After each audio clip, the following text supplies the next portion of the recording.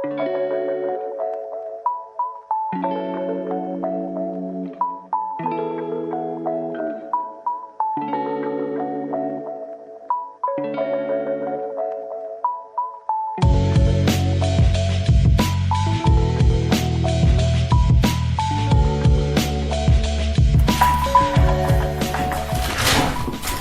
right, and welcome back to The Good, the Bad, the Ugly, episode 3 of this podcast on Spreaker Radio. It is February 5th, 2019.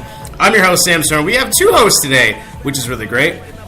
First of all, we have Tom Crane. Tom Crane, say hello to the pretty people once again.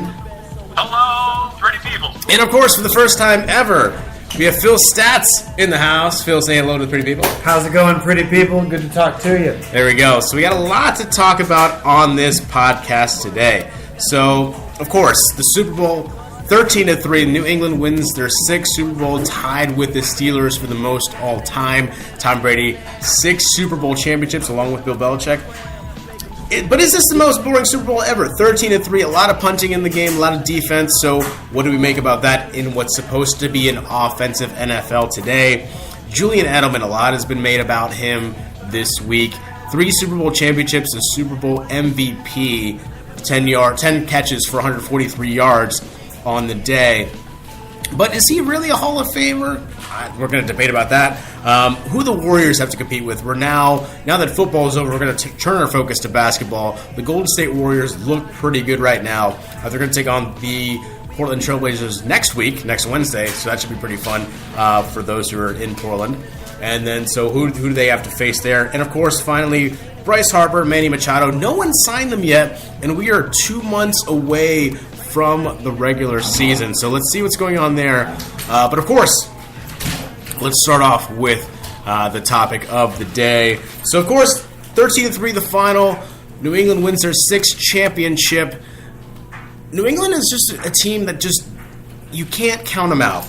No matter what. As long as they have Tom Brady, as long as they have Bill Belichick, they have the means to do it. They have the 2 most important pieces in football, I would say. And obviously the game was really bad to look at. I mean, you look at the final score, what it was. Jared Goff did not perform well, very nervous early on. 19-38, 229, and 1 interception on the game, and the interception late as the LA Rams were trying their best to rally back. However, was not the case. Tom Brady played a Tom Brady-esque game as you would see in his first 2 Super Bowls. 21 of 35, 262 as you'd expect. Threw that first pick early on his first pass of the game. After that, he was very efficient on the day. A lot of it has to do with a couple of things. The rushing game performed very well. Sony Michel with a game-winning touchdown, 18 carries, 94 yards in that score. Rex Burkhead played very well, on the day. And, of course, Julian Edelman, the MVP of this game, 10 receptions, 141 yards, no touchdowns. But it wasn't needed because all New England had to do, as long as you give Tom Brady 4 minutes left or less in a big game like this, he's going to come down and he's going to score. And that's what he did. He didn't have to throw the ball. He just had to play the game as he sees it. And for a guy who's been to 10 Super Bowls prior to this one, I mean, it's pretty good. So we'll kick it off with Tom. Tom, what were your thoughts on the Super Bowl? Was it the most boring Super Bowl ever? And, what do you expect heading into next season?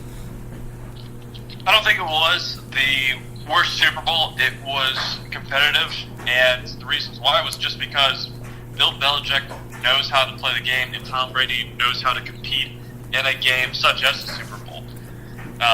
When it comes to Bill Belichick, you can see that most of the passes, most of the run plays, weren't big number plays. They were easy 100% passes, and some of them were easy rushes so that they could just keep on gaining yards, keep grinding the defense down until they actually had a chance to score. You can see that especially with Julian Edelman, knowing that if you don't double-team Julian Edelman, basically he ran pretty much over the secondary with 10 catches, 141 yards, which is outstanding for the MVP of the Super Bowl. When it comes to Michel, the running back, he just bided his time, just chucking away at the yards for the running back. And it wasn't boring. It was a good game. And even when, at the beginning, I had actually a conversation between McVay, the Rams head coach, and Belichick, basically saying that Belichick was straight in the game while McVay was intimidated. Before the game, McVay could not stop nervously directing compliments at the Patriots head coach. And he just made this exchange such like, McVay, so much respect for you. Belichick, likewise, you've done a great job. McVay, so great, you always do though. You always do. You know you're the best man, so Belichick, expletive, you're taking over, buddy. It just seems like Belichick was in the mode of the game while McVay was just trying to soak in everything. So it doesn't matter how many times you go to the Super Bowl because you know how to compose yourself. McVay was nervous from the start, and that's how his team somewhat handled it. Jared Goff wasn't the best, especially in the first half when it came to, 5 completions, 12, over 12, and it was just, 50 yards in the first quarter, second quarter? He was horrible. And it didn't even look like the Rams' offense when they were in the regular season, which they were putting up 35 points. So it was their game to lose, and they did so just like a young coach would lose in a Super Bowl. Phil, kick it off to you. What were your thoughts on the Super Bowl? Well, first and foremost, I just want to acknowledge before any discussion of said event that I'm actually a supporter of the New Orleans Saints. So as far as I'm concerned, there was no Super Bowl this year, nor will there be any Christmas. I repeat, Christmas is canceled until the NFL does something about reviewing pass interference, which I will state for the record has screwed us over both times. Now, that said, Tom, I'm with you. I don't think it was the most boring Super Bowl ever. I think defense gets a bad rap, right? If teams are playing well defensively, and they both were. I mean, you got to give credit. People say that LA wasn't playing good, but I don't think that's true. I think that LA's defensive unit was doing a whole lot to lock down New England, to force a bunch of punts. Talib was really good on the night. The problem is, and again, Tom, just kind of agreeing with what you said, is the composure and the experience. Because McVay and Goff just haven't been there like Belichick and Brady have. And once again, I'm going to take the time to mention that Sean Payton and Drew Brees were the wily veterans that were destined to contend with the Belichick-Brady empire, but so it goes, that's not the way things panned out. But at the end of the day, if all you got to do is rattle some young... How old is that kid, Goff? How old is he? He's in his third season, so 24, 25. If all you got to do is rattle some 24-year-old kid's head... I mean, dude, that's not the hardest task in the world, especially when, you're Tom Brady and Bill Belichick, man. You've been there, you've done that, and you've seen it all. So if you need to get in some young kid's head, and that's all you need to do to win the game, then that's your money. And they definitely did that, man. They put him under pressure all game long. You saw the look on his face. We've all been there. If you've been on the sports field, if you see that look on your opponent's face, you know you're having a good day because you know you've rattled their cage. You know you've ruffled their feathers. And I want to, I want to say 2 quick things before I leave the topic of the Super Bowl. First off, a lot of credit to Belichick, a lot of credit to Tom Brady. Not enough credit, in my mind, to the genius that is the evil empire of Boston Athletics for putting together, year after year, one of the best offensive lines. I mean, Tom Brady deserves as much credit as he gets, yes, for playing like he does. But if you look at the number of times that the offensive line does not let him get sacked, does not let him get hassled and pressured, I mean, that's a huge contributor to their success. And other teams try to emulate it, but I hate to say it, New England does it better. But I'll tell you what, if we're talking about, was it the worst Super Bowl ever? No. Was it on par with that Maroon 5 performance at halftime? Absolutely. That Maroon 5 performance was actually perfect because it was emblematic of the quality of that game. If you take a shirtless white boy with a guitar and turn him into a Super Bowl, that's what you get. That's what you get right there. There you go.